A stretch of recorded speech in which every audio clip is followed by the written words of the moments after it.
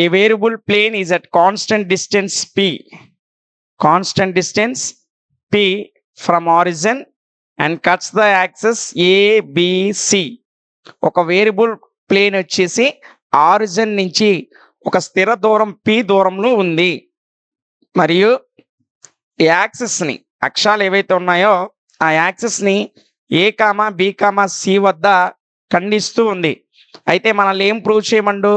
Prove that locus of centroid of triangle ABC is x power minus 2 plus y power minus 2 plus z power minus 2 is equal to 9p power minus 2 అని చూపించుకున్నాడు. చూడండి, origin నుంచి ఒక constant డిస్టెన్స్లో ఉన్నటువంటి ఒక variable plane అనేది యాక్సిస్ని ABC దగ్గర cut చేస్తుంది, అంటే ఖండిస్తూ ఉంది. అయితే మనల్ని ప్రూవ్ చేయమంది ఏమిటంటే, prove the locus of centroid of triangle ABC is x power minus 2 plus y power minus 2 plus z power minus 2 is equal to 9p power minus 2 అని చూపించమండు. సో మనకి తెలుసు, we know that the equation of plane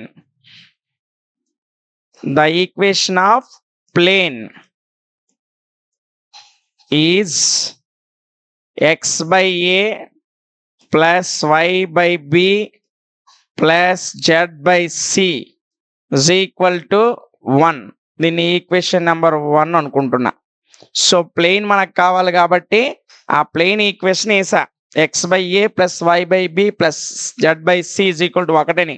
so దీని నుంచి త్రిభుజం యొక్క ABC బిందువులు access దగ్గర తాకుతుంది, కట్స్ అనేసి అన్నాడు కాబట్టి, కట్ చేస్తుంది అన్నాడు కాబట్టి, so therefore a is equal to ఈ ఎక్స్ యాక్సెస్ మీద ఏ ఉన్నట్లయితే ఓన్లీ ఎక్స్ కోఆర్డినేట్ ఏ అవుతుంది, వై జెడ్ కోఆర్డినేట్స్ 0 అవుతాయి.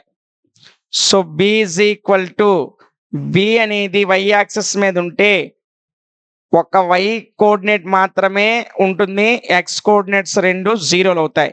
సో సి అనేది జెడ్ యాక్సెస్ మీద ఉంటే ఎక్స్ కామా వై కోఆర్డినేట్స్ 0 ఉండి ఒక జెడ్ కోఆర్డినేట్ మాత్రమే సి అవుతుంది. ఇది A is equal, B is equal, C is equal, ఆ 3 పాయింట్లని మనం ఈ ప్లేన్ నుంచి తీసుకున్నాం. సో వాడు ఏం కట్టమన్నాడు? సెంట్రాయిడ్ అనేది triangle ABC x power minus 2 plus y power minus 2 plus z power minus 2 is equal 9p power minus 2 చూపించమండు. సో ఈ 3 పాయింట్లకి సెంట్రాయిడ్ కట్టినట్లయితే centroid of triangle ABC is equal, మీకు సెంట్రాయిడ్ ఫార్ములా ఇది వరకు చెప్పా, x1 plus y1 plus z1/3, x2 plus y2 plus z2/3, x3 plus y3 plus z3/3 అని. So ఈ ఫార్ములాస్లో ఈ పాయింట్స్ని సబ్స్టిట్యూట్ చేస్తే a plus 0 plus 0/3, 0 plus b plus 0/3, so 0 plus c/3 ఇది సెంట్రాయిడ్ అవుతుంది. సో సెంట్రాయిడ్ నుంచి చూడండి అలాగా, అప్పుడు centroid of ABC x comma y comma వెళ్ళిపోతే 3 × x 3x. సో ఇక్కడ b/3 అనేది ఇక్కడ ఉన్నటువంటి వైకి ఈక్వల్ కాబట్టి ఈ 3 భాగిస్తుంది, అటువైపు వెళ్తే గుణిస్తుంది కాబట్టి b is equal to 3y అవుతుంది. అదేవిధంగా c/3 అనేది ఇక్కడ జెడ్ కోఆర్డినేట్కి ఈక్వల్ కాబట్టి c/3 ఈజ్ ఈక్వల్ జెడ్ వేసాం. సి వాల్యూ కావాలంటే ఈ 3 అటు పట్టుకెళ్ళిపోతే 3 × z 3z అవుతుంది. సో సెంట్రాయిడ్ని బట్టి ఏబిసి వాల్యూస్ అనేవి మనం ఫైండ్ అవుట్ చేసాం. So let p of x comma y comma z, p అనేటువంటి x comma y comma z అనే బిందువు be any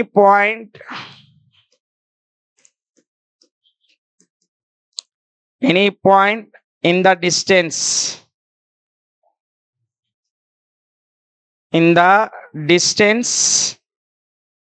from origin to plane,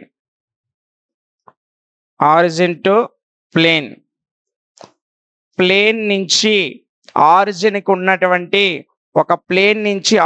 ఉన్నటువంటి డిస్టెన్స్ ఏదైతే ఉందో ఆ డిస్టెన్స్ లో పి అనేది ఏదైనా ఒక బిందువు అనుకుంటే ఆ బిందువుకు ఉన్నటువంటి వాల్యూని మనం క్యాల్కులేట్ చేస్తాం. సో చూడండి,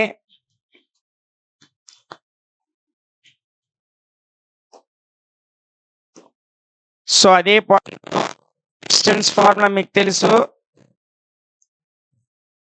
x/a plus y/b plus z/c -1 plane లో ఇజ్ ఈక్వల్ టు 1 ఉంటుంది కాబట్టి అది ఇటువైపు వస్తే -1 అవుతుంది. By root of 1/a whole square plus 1/b whole square plus 1/c whole square. ఇదంతా ఎంతకి ఈక్వల్? పీకి ఈక్వల్. ఎందుకు?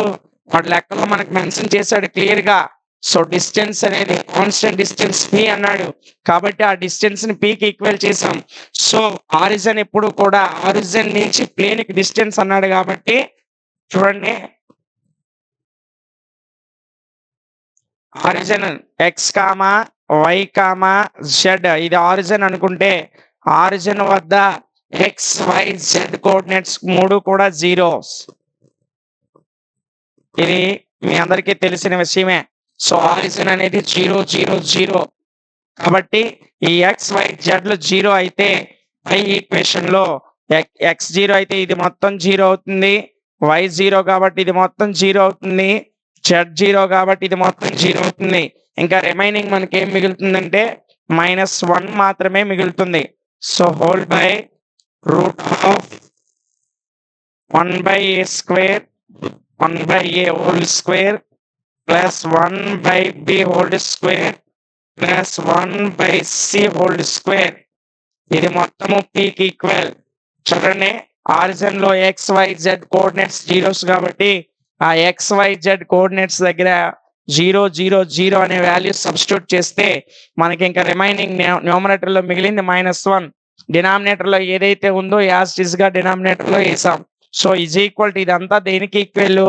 కాన్స్టెంట్ డిస్టెన్స్ పి అనే లెక్క మెన్షన్ చేశాడు కాబట్టి పీకి ఈక్వల్ చేసాం.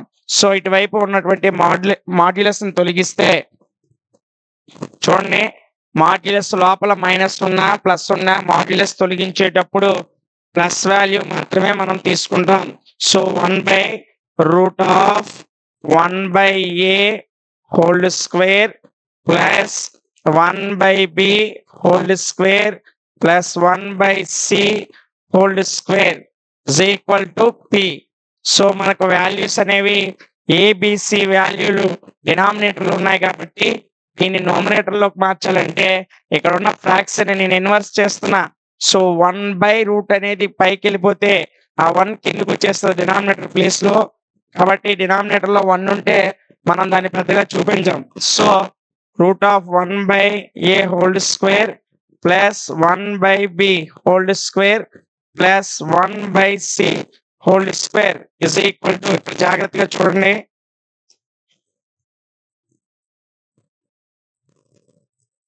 ఇక్కడ ఉన్నటువంటి ఫ్రాక్షన్ తిరిగేసాం. సో ఇజ్ ఈక్వల్ టు అవతల వైపు కూడా ఒక ఫ్రాక్షన్ ఉంది, పి కింద ఏమీ లేదంటే 1 ఉన్నట్టు. సో ఇది కూడా రివర్స్ అయితే 1/p అవుతుంది.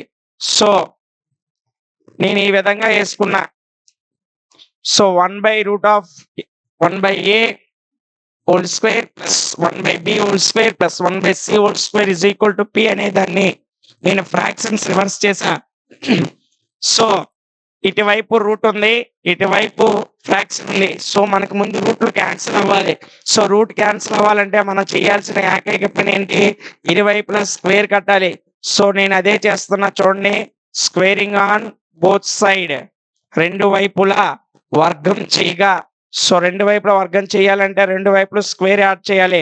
చూడండి నేను స్క్వేర్ యాడ్ చేస్తున్నాను. Route of 1/a whole square plus 1/b whole square plus 1/c whole square. ఈ మొత్తానికి స్క్వేర్ అప్లై చేసాం.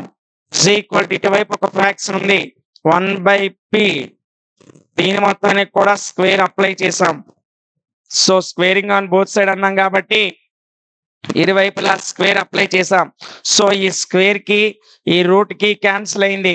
ఇంకా రిమైనింగ్ ఏముంది ఒకసారి చూడండి.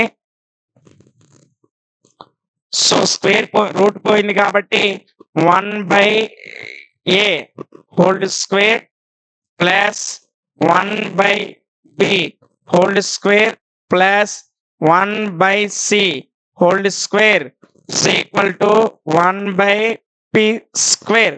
ఎందుకంటే 1/p హోల్ స్క్వేర్ అన్నాం కాబట్టి 1 స్క్వేర్ అంటే 1a బై p స్క్వేర్ అంటే p స్క్వేర్. ఇది వరకు మనం లెక్కలో ఈ ABC వాల్యూలు మనం క్యాలిక్యులేట్ చేసాం.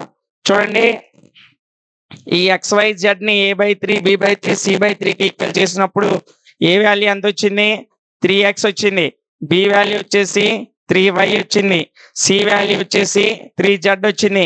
ఈ వాల్యూని ఇందులో సబ్స్టిట్యూట్ చేసినట్లయితే చూడండి, 1/a హోల్ స్క్వేర్ కాబట్టి 1/a అంటే 3x అనుకున్నాం. సో 3x సబ్స్టిట్యూట్ చేసా, పైన స్క్వేర్ కి స్క్వేర్ ప్లస్ 1/b అన్నాడు. b అంటే 3y అనుకున్నాం కాబట్టి 3y అప్లై చేసా, పైన స్క్వేర్ వేసా. సో 1/c అంటే 3z అన్నాడు కాబట్టి 3z సబ్స్టిట్యూట్ చేసా, పైన స్క్వేర్ వేసా ఇజ్ ఈక్వల్ 1/p స్క్వేర్. చూడండి, అన్ని కూడా పవర్ లో స్క్వేర్ ఉంది, హోల్ పవర్ లో. సో 1 స్క్వేర్ అంటే 1, 3x స్క్వేర్ అంటే 3 స్క్వేర్ అంటే 9, x స్క్వేర్ అంటే x స్క్వేర్ ప్లస్ 1/3y అంటే 1 square 1, 3 square 9, y square plus 1, 9, 3 square 9, z square is equal to 1/p square. 1/p square. చూడండి, ఇక్కడ అన్నిట్లో 1/p కామన్ గా ఉంది. సో 1/9 కామన్ గా ఉంది. నేను ఈ మూడిట్లో 1/9 కామన్ గా తీస్తున్నా. సో 1/9 కామన్ గా తీస్తే ఈ ఫ్రాక్షన్ లో మనకు మిగిలేదేంటి? 1/x స్క్వేర్ మిగులుతుంది. ప్లస్ ఇక్కడ ఆల్రెడీ 1/9 తీసేసాం కాబట్టి రిమైనింగ్ 1/y స్క్వేర్ మిగులుతుంది. ప్లస్ ఇక్కడ కూడా 1/9 తీసేసాం కాబట్టి 1/z స్క్వేర్ మిగులుతుంది. is equal to 1/p square. చూడండి, ఇక్కడ 9 అనేది, ఈ 9 అనేటువంటిది ఈ మొత్తం వాల్యూని డివిజన్ చేస్తుంది. బై డినామినేటర్ ప్లేస్ లో ఉంది కాబట్టి డివిజన్ చేస్తుంది. సో ఇటువైపు డివిజన్ చేస్తుంది, ఈక్వల్స్ టు అవతలకి వెళ్ళిపోతే మల్టిప్లికేషన్ చేస్తుంది. కాబట్టి నేను అదే రాస్తున్నా. చూడండి, 1/x square plus 1/y square plus 1/z square is equal to ఈ 9 ఇటు వెళ్ళిపోతే గుణిస్తుంది కాబట్టి 9 into 1/p స్క్వేర్. సో ఇటువైపు భాగిస్తున్నటువంటి 9 ని అటువైపు తీసుకొని వెళ్ళి గుణించేటట్టు చేసాం. సో ఇప్పుడు చూడండి, సో మనకేమొచ్చింది ఫైనల్ గా 1/x square plus 1/y square plus 1/z square is equal to 9 into 1/p square అన్నాడు. సో కానీ మనకి వాడు లెక్కల్లో ఏం ప్రూవ్ చేయమన్నంటే x power -2, y power -2, z power -2 is equal to 9 into p power -2 అని చూపించమండు. మీకు ఆల్రెడీ ఈ ఫార్ములా తెలుసు. a power m is equal to 1/a power -m. a power n is equal to 1/, చూడండి, 1/a power n is equal to a power -n. ఈ formulas లాగరిథమిక్స్ formulas లో కానీ squares and coefficient లో కానీ మీకు 8th class లో నుంచే ఈ ఫార్ములాస్ అనేవి మీరు ఆల్రెడీ తెలుసుకొని ఉన్నారు కాబట్టి ఇక్కడ ఉన్నటువంటి x స్క్వేర్ అనేది పైకి వెళ్ళిపోతే -2 కింద మారుతుంది. సో నేను వీటన్నిటిని ఇన్వర్స్ చేస్తున్నా. So now we can inverse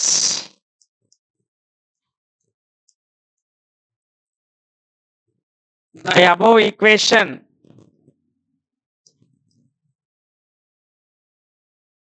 ఈ అబోవ్ ఈక్వేషన్స్ లో ఉన్నటువంటి దాన్ని ఇన్వర్స్ చేస్తే x స్క్వేర్ అనేది x power -2 plus y square అనేది y power -2 plus z square అనేది జెడ్ పవర్ -2. 9 అలాగే ఉంటుంది. పీ స్క్వేర్ అనేది పైకి వెళ్ళిపోతే p-2 అవుతుంది. సో వాటి లెక్కలో మనకి ఏం ప్రూవ్ చేయమండి? x power -2 plus y power -2 plus z power -2 is equal to 9 into p power -2 అనేది మనకు ప్రూవ్ చేయమండు. సో మనకి వచ్చినటువంటి ఆన్సర్ సరిపోయిందా? సరిపోయింది. సో హెన్స్ ప్రూవ్డ్, నిరూపించబడింది. చూడమ్మా మరొకసారి ఈ లెక్క మొత్తం బ్రీఫ్ గా ఒకసారి వాడు ఏమడిగాడు, మనం ఏం చేసాం అనే విషయాన్ని చూద్దాం. చూడండి, వాడు లెక్కలో ఫస్ట్ చూడండి, a variable plane at constant distance p from origin, మూల బిందువు నుండి ఆరిజిన్ నుండి ఒక వేరియబుల్ ప్లేన్ అనేది కాన్స్టెంట్ డిస్టెన్స్ p దూరంలో ఉంది. అయితే అండ్ మరియు cuts the axis a, b, c, axis ని a, b, c ల వద్ద కట్ చేస్తే prove that locus of centroid of triangle ABC, ABC యొక్క సెంట్రాయిడ్ లాకస్ సెంట్రాయిడ్ అనేది x power -2 plus y power -2 plus z power -2 is equal to 9p power -2 అని prove చేయమండు. So మనకి equation తెలుసు, plane equation. Plane equation ఏంటి? ఇది x/a plus y/b plus z/c is equal to 1. So దీని equation number 1 అనుకున్నా. So ఏ అనేది X axis మీద ఉన్నటువంటి ఒక పాయింట్ అయితే దానికి ఎక్స్ కోఆర్డినేట్ మాత్రమే ఉంటుంది, మిగతా YZ కోఆర్డినేట్లు 0. బి అనేది వై యాక్సిస్ మీద ఉంది కాబట్టి వై కోఆర్డినేట్ మాత్రమే ఉంది, ఎక్స్ జెడ్ కోఆర్డినేట్స్ 0. సి అనేది జెడ్ ప్లేన్ మీద ఉంది కాబట్టి x y coordinates 0, z coordinate అనేది స్మాల్ సి తీసుకున్నాం. సో ఏ, బి, సి అనే 3 పాయింట్లు మనం తీసుకున్నాం కాబట్టి సెంట్రాయిడ్ ఆఫ్ ట్రయాంగిల్ ఏబిసి, వాడు సెంట్రాయిడ్ ఆఫ్ ట్రయాంగిల్ ఏబిసి కట్టమన్నాడు కాబట్టి సెంట్రాయిడ్ ఆఫ్ ట్రయాంగిల్ ఏబిసి యొక్క సెంట్రాయిడ్ ఫార్ములా మీకు తెలుసు, x1 plus y1 plus z1/3, x2 plus y2 plus z2/3, x3 plus y3 plus z3/3 అని మీకు ఈ ఫార్ములా తెలుసు. సో యథావిధిగా ఫార్ములా ప్రకారము ఆ వాల్యూస్ అనే వాటిని సబ్స్టిట్యూట్ చేస్తే centroid x, y, z is equal to a/3 plus b/3 c/3 వచ్చింది. సో దీనిని ఫైండ్ అవుట్ చేస్తే a is equal to 3x, b is equal to 3y, c is equal to 3z అనేటువంటి values మనం find out చేసాం. So ఇప్పుడు p అనేది అసలు p దూరంలో ఉంది అన్నాడు. సో ఆ p అనేది ఆరిజిన్ నుంచి కొంత దూరంలో ఉన్నటువంటి ఒక పాయింట్ అనుకున్నట్లయితే చూడండి, p of x, y, z be any point in distance from origin to plane, plane మీద నుంచి ఉన్నటువంటి ఒక దూరము అనుకున్నట్లయితే ఆ డిస్టెన్స్ ఫార్ములా కట్టాం. సో ప్లేన్ ఈక్వేషన్ వచ్చేసి x/a plus y/b plus z/c -1 modulus of √1/a² అనే ఫార్ములా వేసి డిస్టెన్స్ వాడు కాన్స్టెంట్ డిస్టెన్స్ p ఇచ్చాడు కాబట్టి p కి ఈక్వల్ చేసాం. సో ఇదంతా ఎక్కడి నుంచి డిస్టెన్స్ ఉంది? ఆరిజిన్ నుంచి ఉంది. సో మనకు ఆరిజిన్ ఏంటి? ఆరిజిన్ దగ్గర ఉన్నటువంటి XYZ కోఆర్డినేట్స్ ఇప్పుడు కూడా 0. చూడండి, ఇది x యాక్సిస్, ఇది y యాక్సిస్ అనుకుంటే దీనికి లంబంగా ఇక్కడైతే ఇలా ఉంది కానీ మనకి తలం మీద ఇలా లంబంగా ఉంటుంది. సో ఇక్కడ 3 పాయింట్స్ కూడా ఆరిజిన్ దగ్గర 0, 0, 0 అవుతాయి. సో ఆరిజిన్ దగ్గర ఉన్న 3 పాయింట్స్ 0 కాబట్టి ఈ పై ఈక్వేషన్ లో x కు బదులు 0, y కు బదులు 0, z కు బదులు 0 సబ్స్టిట్యూట్ చేస్తే ఈ మొత్తం 0 అయిపోతుంది. సో రిమైనింగ్ -1 ఉంది by √of is equal to p కి ఈక్వల్ చేసాం, ఎందుకు డిస్టెన్స్ p కాబట్టి. సో దాన్ని సాల్వ్ చేస్తే చూడండి ఈ విధంగా వచ్చింది. మనకి దీన్ని రివర్స్ చేసాం. సో ఇది కూడా రివర్స్ అవుతుంది కాబట్టి ఈ p అనేది 1/p కింద కన్వర్ట్ అయింది. సో మనకు రూట్ పోవాలి కాబట్టి ఇరువైపులా స్క్వేర్ చేసాం, స్క్వేరింగ్ ఆన్ బోత్ సైడ్ అన్నాం. సో స్క్వేర్ చేసాం, వచ్చినటువంటి ఆన్సర్ను సాల్వ్ చేస్తే మనకు వాడు ఏదైతే ప్రూవ్ చేయమని చెప్పాడో చూడండి, వాడు ఏదైతే ప్రూవ్ చేయమని చెప్పాడో దాన్ని ఇక్కడ మనం ప్రూవ్ చేసాం. సో జాగ్రత్తగా మీరు విన్నట్లయితే మరొకసారి ఒకటికి 2 సార్లు వినండి. వాడు ఏమడిగాడు, మనం ఏమేసుకున్నాం, దాని నుంచి మనకు కావలసినటువంటి ప్రూఫ్ ఏదైతే ఉందో దాన్ని ఎలా తీసుకొచ్చామనేది ఒకటికి 2 సార్లు చూసినట్లయితే ఈ problem very very important. So ఇందులో ఉన్నటువంటి ఇంపార్టెంట్ క్వశ్చన్స్ అన్నీ కూడా ఒకే రకంగా ఉంటాయి. సో మీరు ఏ ఒక్కటి జాగ్రత్తగా నేర్చుకున్నా వాడు ఏది అడిగినా సరే 10 మార్క్స్ క్వశ్చన్ని మీరు ఎగ్జామినేషన్లో చాలా ఈజీగా ఆన్సర్ చేయగలుగుతారు.